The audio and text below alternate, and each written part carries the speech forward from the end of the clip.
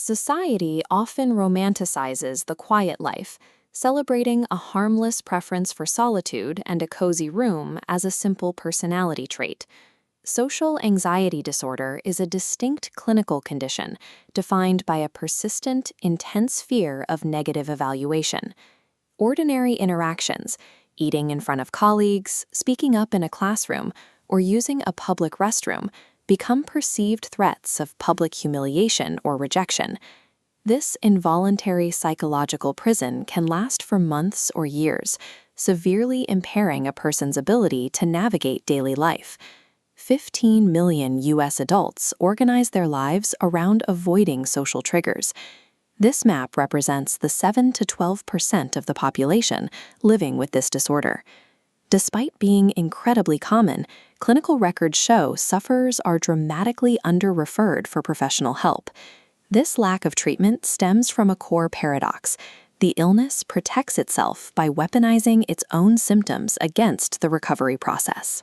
The standard steps for seeking healthcare, making a phone call, speaking to a receptionist, and sitting in a waiting room, are the exact social triggers the patient is hardwired to avoid.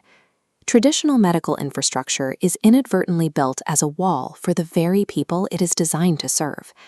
Facing a trigger launches a massive physical reaction out of proportion to any actual threat.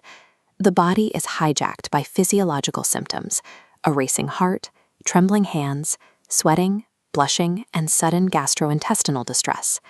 Without access to clinical therapy, many people resort to self-medication to endure required social interactions. Alcohol is frequently used as a short-term social lubricant. While it provides a temporary shield, it deepens the long-term cycle of anxiety and introduces new risks of substance use. Without clinical help, patients rely on these self-destructive methods just to survive basic societal functions. Clinical outcomes for social anxiety disorder are strong when cognitive behavioral therapy is the first line of defense. A standard path from a trigger to a catastrophic prediction is blocked by a CBT shield. Through cognitive restructuring, therapists help rewrite the mental script that leads to panic, replacing catastrophic predictions with neutral thoughts. Behavioral experiments then provide a stair-step approach. Patients use incremental exposure to safely test these new thoughts in the real world. Combined with SSRIs, this structured method often produces significant life changes in 12 to 20 sessions. The science of the cure is proven and accessible, yet it remains locked behind the barrier of attending the first session. Telehealth provides the critical loophole that defeats the primary defense mechanism of the disorder. By removing the commute and the waiting room from the equation, telehealth neutralizes the intake triggers that keep people from seeking care. A highly anxious person can initiate their first vulnerable session from their ultimate safe space. This technology creates a bridge that meets the patient exactly where they are, disarming the anxiety before the first conversation even begins. Coping and healing counseling provides this direct access via 100% telehealth services for all 159 counties in Georgia.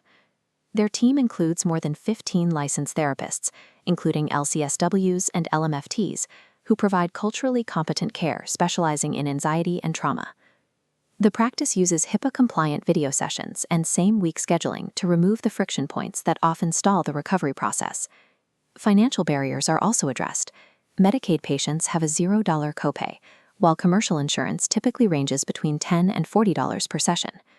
You no longer have to conquer your fear of the outside world before you can ask for help. The Bridge to Healing is available now at chctherapy.com or by calling 404-832-0102.